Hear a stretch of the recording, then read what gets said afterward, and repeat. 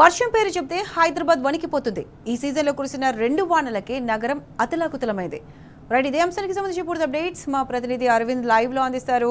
అరవింద్, చెప్పండి, హైదరాబాద్ లో భారీ వర్షం అంటేనే ప్రజలు వణికిపోతున్నారు. ఒక విధంగా చెప్పాలంటే మాన్సూన్ ముందు హైడ్రా ఎటువంటి ముందస్తు చర్యలు తీసుకోలేదు. దీనిపై ప్రజలు ఏమంటున్నారు? పూర్తి అప్డేట్స్ ఏంటి?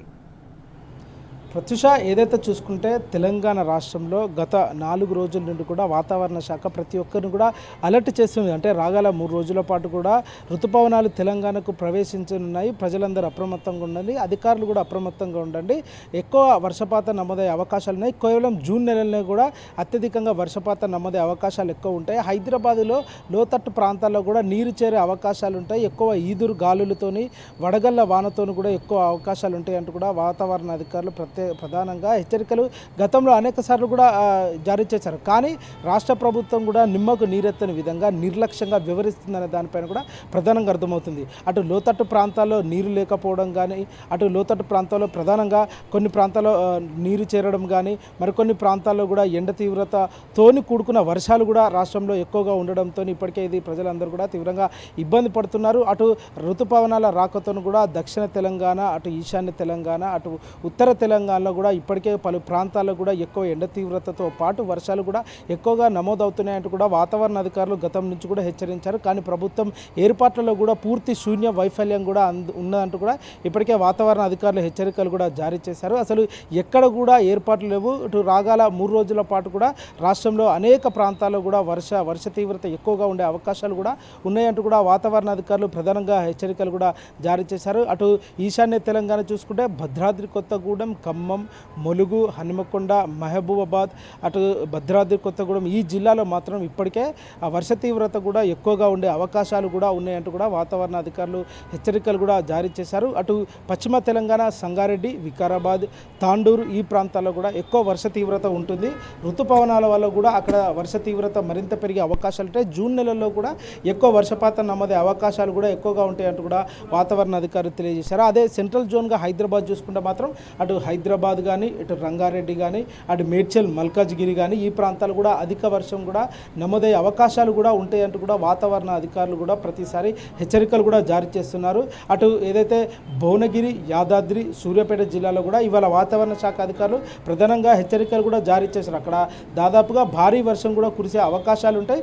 రాష్ట్ర వ్యాప్తంగా కూడా నైరుతి ఋతుపవనాలు విస్తరించడానికి కూడా సిద్ధంగా ఉన్నాయి. దాదాపుగా ఇప్పటికే ఉత్తర తెలంగాణ, దక్షిణ తెలంగాణ, ఈశాన్య తెలంగాణలో కొన్ని ప్రాంతాలు కూడా నైరుతి ఋతుపవనాలు విస్తరించున్నాయి. దీంతోడుగా ఇక్కడ నుండి కూడా ఈశాన్య తెలంగాణ మీద నుంచి ఆంధ్రప్రదేశ్ వెళ్ళే మార్గం ఉంటుంది. కాబట్టి సో తెలంగాణ రాష్ట్రంలో ఎల్నినో ప్రభావంతో మేఘాలు ఎక్కువ చురుగ్గా కదలలేకపోవడంతో ఒక దగ్గరే కాన్స్టెంట్గా ఉండి అక్కడే వర్షం ఎక్కువ కురిసే అవకాశాలు కూడా ఉన్నాయంటూ కూడా వాతావరణ అధికారులు తెలియజేశారు. ప్రధానంగా ఉత్తర తెలంగాణలో మాత్రం చూసుకుంటే అక్కడ ఇప్పటికి కూడా హీట్ వేవ్ కొనసాగుతుందంటూ కూడా వాతావరణ అధికారులు చెప్తున్నారు. అంటే అక్కడ కూడా హీట్ వేవ్ దాదాపు 40 డిగ్రీల సెల్సియస్ ఉష్ణోగ్రతలు కూడా హీట్ వేవ్ అక్కడ నమోదవుతుంది.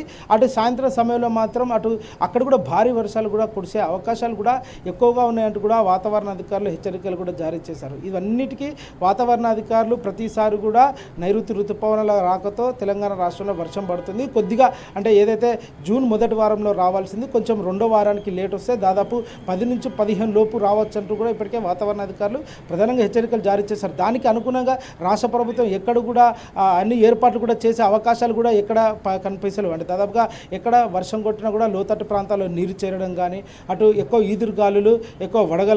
ఈదురుగాలులతో మొదలు చూసుకొని అక్కడ ప్రధానంగా ఇంకొక దగ్గర కూడా ఉరుములు మెరుపులు ఉంటాయి. ప్రజలందరూ కూడా అప్రమత్తంగా ఉండాలి. అక్కడ చెట్లు విరుగుతాయి, కరెంటు ఎలక్ట్రిక్ వైర్స్ ఉంటాయి. అవిటి వల్ల కూడా ప్రజలు ఇబ్బంది పడే అవకాశాలు ఉంటాయి, అవి మీద పడే అవకాశాలు ఉంటాయి. ఎవరు కూడా దగ్గర ఉండద్దు. ఇలాంటి పరిస్థితులు ఎక్కడ కనిపించినా కూడా అధికారులకు ఫోన్ చేయాలంటారు.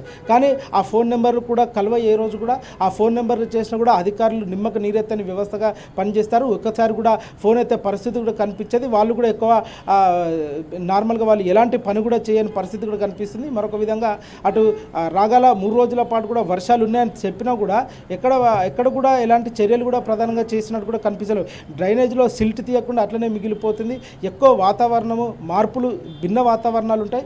ఉదయం సమయంలో కూడా ఉక్కపోత వాతావరణంతోనూ ఉంటుంది. సాయంత్రం మాత్రం పలు ప్రాంతాలు కూడా భారీ నుండి అతి భారీ వర్షాలు కూడా కురిసే అవకాశాలు ఉన్నాయి. అంటే మొన్న గతంలో 3 రోజుల కిందట కూడా హైదరాబాద్ నగరంలో కూడా భారీ వర్షం కురిసింది. అంటే దాదాపుగా 10 సెంటీమీటర్ల వాన పడింది. అంటే 10 సెంటీమీటర్ల వర్షానికి హైదరాబాద్ అతలాకుతలమయ్యే పరిస్థితి కనిపించింది. అంటే ఒక సముద్రంలో కూడా నీళ్లు తలపించిన రోడ్లపైన కూడా నీరు చేరడం కానీ, అంటే ఆల్రెడీ వాతావరణ అధికారులు చెప్పారు. అంటే వాతావరణ అధికారులు కానీ అటు టీజీటీపీఎస్ తెలంగాణ ప్లానింగ్ అండ్ డెవలప్మెంట్ వాళ్ళు కూడా సమన్వయంతో అటు జిహెచ్ఎంసీ అధికారులకు కానీ అటు హైడ్రా అధికారులకు కానీ ఎప్పటికప్పుడు వాతావరణ శాఖ నుండి కూడా వాళ్ళకు సంబంధించిన మెసేజ్లు పోతున్నాయి. అంటే ఎక్కువ వర్షపాతం నమోదయ్యే ఉంటుంది, ప్రజలందరూ కూడా అప్రమత్తంగా ఉండాలంటూ కూడా ప్రతిసారి కూడా ఇలా చెప్తారు. కానీ కేవలం నామమాత్రంగానే పడినప్పుడే చూసుకుందాంలే అనే విధంగా కూడా ఇప్పటికే ఉంటుంది. దాదాపుగా ఏదైతే వర్షాకాలం వచ్చే ముందు కూడా ప్రతి ఒక్క చెట్లు కూడా ట్రిమ్మింగ్ చేస్తారు. ఎక్కువ పిడుగుపాట్లు ఉంటాయి కాబట్టి ఈదురు గాలులు వస్తాయి కాబట్టి వీటి వల్ల కూడా చెట్ల మీద ఎక్కువ అంటే కరెంటు వైర్ల మీద చెట్లు ఎక్కువ పడే అవకాశాలు ఉంటాయి కాబట్టి ఇట్లా హెచ్చరికలు జారీ చేశారు. కానీ ఈసారి ఆ ట్రిమ్మింగ్ కూడా సరిగ్గా చెట్లకు చేయకుండా అటు ఎక్కడ కరెంటు వైర్ల దగ్గర కూడా అట్లనే చెట్లు వదిలేయడం కానీ అవన్నీ కూడా ఈదురు గాలులకు పిడుగుపాట్లకు కూడా అవన్నీ కూడా రోడ్డు మీద పడడం కానీ దాదాపుగా 4 చనిపోవడం కూడా జరిగిందని ప్రధానంగా కూడా తెలుస్తుంది. ఏదేమైనప్పుడు కూడా అటు రాష్ట్ర ప్రభుత్వం ఈ వర్షాకాల ఏర్పాట్లో పూర్తిగా విఫలమైంది. కనీసం ప్రజలకు ఒక అవగాహన సదస్సు కూడా లేదు. ప్రజలకు కనీసం పలానా టైంకి వర్షం పడుతుంది అని కూడా తెలిసేది కూడా రాష్ట్ర ప్రభుత్వం నుండి కూడా పూర్తిగా లేదు. అటు ఐటీ ఎంప్లాయీస్ పొద్దున ఉదయం సమయంలో ఆఫీస్కి వెళ్తారు. ఆ ఆఫీస్కి వెళ్ళినప్పుడు కూడా దాదాపుగా ఎండ వాతావరణం, ఉక్కపోత వాతావరణం ఉంటుంది. మళ్ళీ సాయంత్రం తిరిగి వచ్చే టైంలో కూడా భారీ వర్షం కూడా కురిసే అవకాశాలు ఉంటాయి. అక్కడ కూడా రోడ్ల మీద నీరు చేరడంతో ట్రాఫిక్ సిగ్నల్స్ కానీ ఎక్కడ కూడా వాహనాలు ఆగి ప్రజలందరూ తీవ్రంగా ఇబ్బందులు పడుతున్నారు. దాదాపు 5 నిమిషాలు పోయే మార్గము గంట నుంచి గంటన్నర సమయం కూడా పడుతున్నట్టు కూడా ప్రధానంగా ప్రజలందరూ కూడా ఆవేదన వ్యక్తం చేస్తున్నారు. ఎక్కడ కూడా అంటే దాదాపుగా ఎక్కడ కూడా ఎలాంటి ఏర్పాట్లు లేవు. కనీసం మ్యాన్ హోల్స్ దగ్గర కూడా ఎట్లాంటి వార్నింగ్ సింబల్స్ కూడా పెట్టకపోవడంపై తీవ్రంగా ఆవేదన వ్యక్తం చేస్తున్నారు. ఆ నీళ్లలో కూడా కింద మ్యాన్ హోల్ ఉందా అని కూడా ప్రజలకు అర్థం కాని పరిస్థితి కూడా ఇప్పటికే చెవి చూస్తున్నారు. ఏదేమైనప్పటికీ కూడా తెలంగాణ రాష్ట్రంలో మాత్రం దాదాపుగా రానున్న 5 రోజుల పాటు కూడా భారీ వర్షాలు ఉండే అవకాశం ఉన్నాయి. ఈరోజు ప్రధానంగా చూసుకుంటే దాదాపు 6 జిల్లాలకు కూడా రెడ్ అలర్ట్ వాతావరణ అధికారులు జారీ చేశారు. అటు ప్రధానంగా భువనగిరి, యాదాద్రి జిల్లా, అటు సూర్యాపేట జిల్లా, ఇటు హైదరాబాద్, రంగారెడ్డి, మేడ్చల్, వికారాబాద్, సంగారెడ్డి ఈ జిల్లాలో మాత్రం ఇప్పటికే రెడ్ అలర్ట్ కూడా వాతావరణ శాఖ అధికారులు జారీ చేసినట్టు స్పష్టంగా తెలుస్తుంది.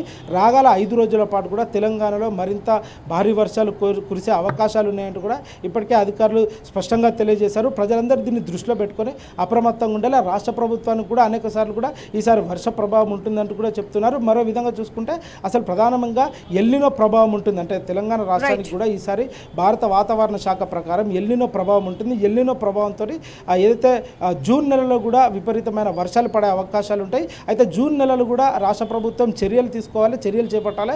ముందస్తుగా అన్ని జాగ్రత్తలు కూడా తీసుకోవాలి.